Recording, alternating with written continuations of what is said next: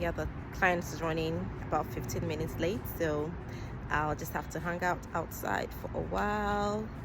Yep, that's what I'm doing, and hopefully she comes in soon and we get the work started because I have another job later this evening. So the sooner I get this sorted, the sooner I can get to that one. So see you guys.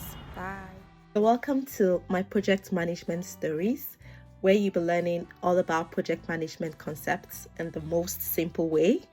And in today's episode, we'll be learning all about scope creep. Hi guys, thank you so much for watching my video. My name is Allow Me I'll Do if you're just joining me for the first time. On today's video, I'm going to be talking about something really interesting, and that is about scope creep. Now, what is scope creep?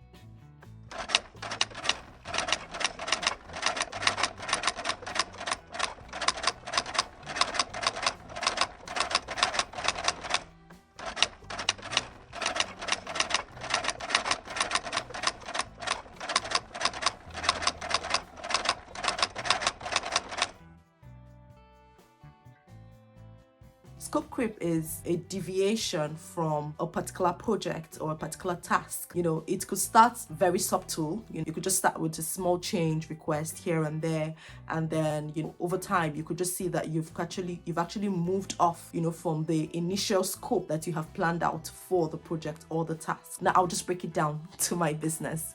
Okay, so recently I had an experience. In fact, that is what inspired this particular video. I had taken on a job, an after builders clean job, and now usually for an after builders clean, the basic task there is to ensure that all the dirt that has been caused post construction, by reason of the construction work that has been carried out in the building or the property, you cater for it to ensure that it's cleaned out and the property is back to how it was, or if it's like a very new build, it doesn't have any construction dirt or stains anywhere. You just ensure that it's in a presentable state for someone to live in or to stay in after the construction work has been done. So basically that's what an after builders clean would do, just to cater to those details and to ensure that the dust, everything that is caused basically by construction work. So I had that job, and I kind of had an understanding with my client because if you had watched my previous video, I said that understanding your client's requirement is very important. So I had tried to understand what her requirement were as regards that particular job. So I told her to send me pictures of the areas that she would have me clean, and I saw them and they looked very much in line with scope. So I made arrangements, I put together my resources, I worked out a timeline based on what information that she has shared for that particular task, and I gave her a budget based on that, and I went ahead and went for the job. When I got to the job, I guess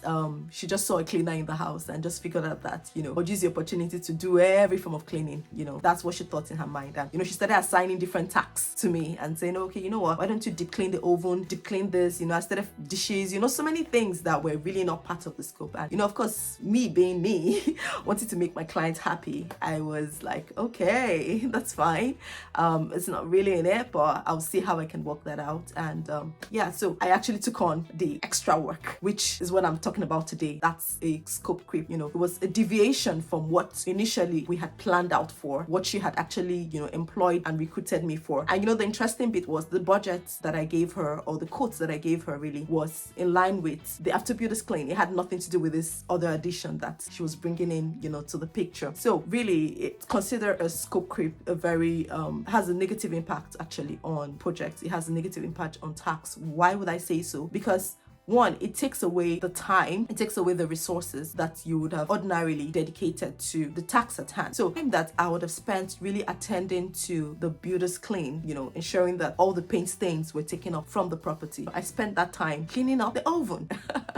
Yeah, so at the end of the day, time has been wasted, resources has been wasted, and the quality of the work is compromised. Why? Because you're now tied up with very little time to invest into the main task or the main project, and at the end of the day, the satisfaction levels are low. One, your morale is down, your morale is low because you're doing more than what you plan to do, and your client on the other hand is possibly not happy because you haven't paid so much attention to the areas that was the original plan or the original scope of the work. Really, project creep can be disastrous to a task and to a project, and that is why it's something that you really need to pay attention to when you take on a task or a job.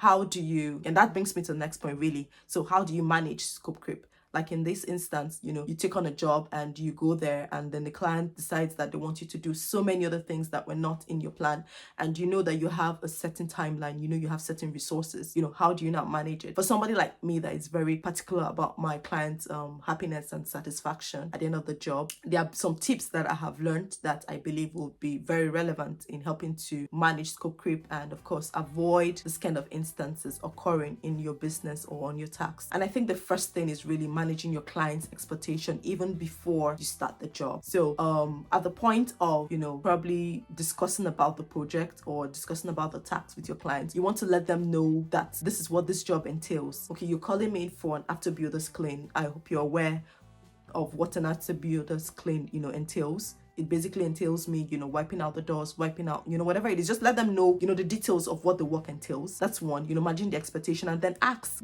aside this tax, are there any other special bits that you would want me to factor in, and then, of course, at that point, they share whatever it is that they want. If they don't and they're fine, that's fine. You now let them know that just so that we can manage expectations, I wouldn't be doing anything outside the scope, all right? So whatever quote I'm giving you, it's for, this particular scope, and I hope you're happy. So that way, their mind is already prepared. When you come in for the job, or when your team comes in for the job, they're not going to be doing anything outside the nature of the scope or the scope that you have defined on that particular tax. That's one. Then two, if for instance the client actually you manage the expectation and the client still needs you to do something else when you are there, I think it's very important you have like a change process in place, so you can politely just discuss with your clients and just see how you can accommodate whatever changes they might want to make, and just say, I'm willing to do this, but you need to factor in that I will need more time, and I'll probably need more resources. I'll probably need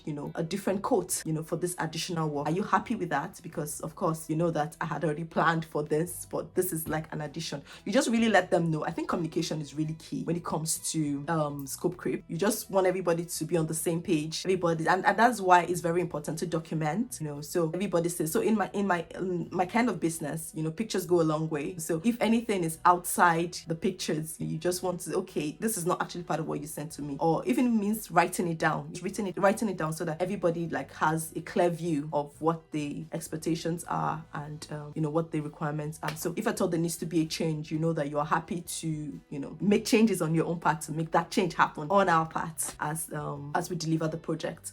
So those are like two things that I think that can help manage it, and of course just really abiding by the rules and just sticking to it is very helpful. But of course the flexibility is a very good part of business, and you really want to have that, especially when you're just starting out. You really want to be as flexible as possible with your clients so that you leave a good feel with them and they always want to have you back on it. So that's really what I wanted to share about scope creep, and just simply put how you can manage it. So I don't know, do you have any thoughts about scope creep? Have you experienced it in your business, and how best do you think you can manage it? You can just put it down in the comment section, and I'll be sure to comment and then to take it from there. Thank you so much for watching my video. I hope you enjoyed it. I hope you learned a thing or two.